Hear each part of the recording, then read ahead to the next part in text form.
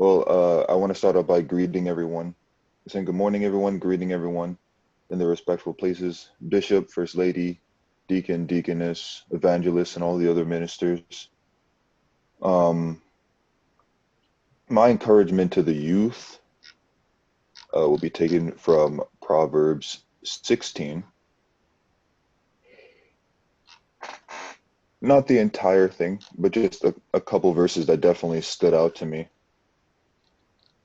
All right, so starting from verse 1, and I'm also reading in the New Living Translation.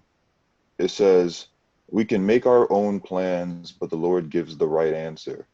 People may be pure in their own eyes, but the Lord examines their motives. Commit your actions to the Lord, and your plans will succeed. The Lord has made everything for his own purposes, even the wicked for a day of disaster. The Lord detests the proud, they will surely be punished. Unfailing love and faithfulness make atonement for sin. By fearing the Lord, people avoid evil.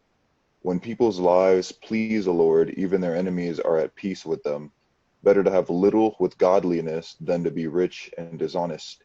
We can make our plans, but the Lord determines our steps." And this is where I first stopped.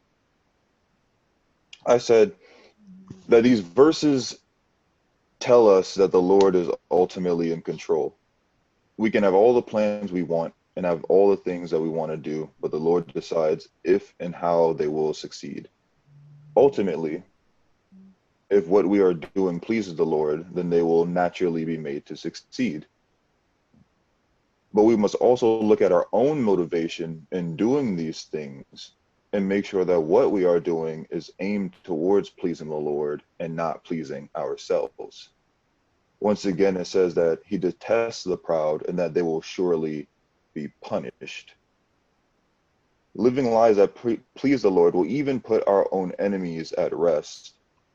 Once again, I say that it is okay for us to desire to do things that we want to do. We were indeed meant to enjoy our time on this earth, but we must also remember to bring these things to the Lord and ask him to clarify and direct our steps, because the steps of fleshly design will lead to ruin.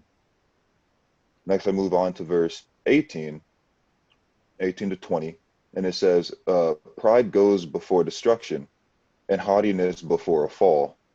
Better to live humbly with the poor than to share plunder with the proud. Those who listen to instruction will prosper. Those who trust the Lord will be joyful." These verses are straightforward in that it talks about not harboring pride. Pride can be detrimental to us all. Pride can be a gateway to our own destruction and will have us living by our own designs and not the Lord's. This is what it means in verse 20 when it tells us that those who listen to instruction will prosper and that those who place their trust in the Lord will be joyful. I believe that humility is a cornerstone of understanding. We must humble ourselves in order to truly understand the instructions of the Lord. This means to relent when we don't want to and to put our own pride aside in situations that seem to beg us to be proud in order to bring forth the glory of the Lord. And then moving on to verse 32 and 33, the last two verses that really stood out to me. It says that it is better to be patient than powerful, better to have self-control than to control a city. We may throw the dice, but the Lord determines how they fall. This reiterates that the Lord is always in control, and also that we should do our best not to rush, because once again, if we try to move before gaining understanding, this may lead us to our own ruin. So we must take things slowly and only live by the Lord's guidance in order to